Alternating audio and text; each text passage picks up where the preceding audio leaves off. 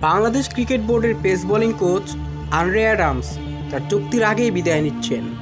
তার সাথে বিসিবির চুক্তি ছিল আগামী বছরের ফেব্রুয়ারি পর্যন্ত, তবে পারস্পরিক সমঝোতায় আগেই তা শেষ হচ্ছে। 2023 সালে অ্যারন ডোনাল্ডের পর পেস বোলিং কোচ হিসেবে অ্যাডামসকে নিয়োগ দিয়েছিলেন বিসিবি, কিন্তু 1.5 বছর কাজ করার পর এখন তাকে আর রাখতে চাচ্ছে না বোর্ড। বোর্ড সূত্রে জানা গেছে, দৌড়ে সবচেয়ে এগিয়ে আছেন অস্ট্রেলিয়ান সাবেক পেসার শন টেইট। গতির জন্য খেলোয়াড় জীবনে তার অনেক খ্যাতি ছিল। অস্ট্রেলিয়া জাতীয় দলের হয়ে 3 টেস্ট, 35 ওয়ানডে এবং 21টি টি-20 খেলেছেন তিনি।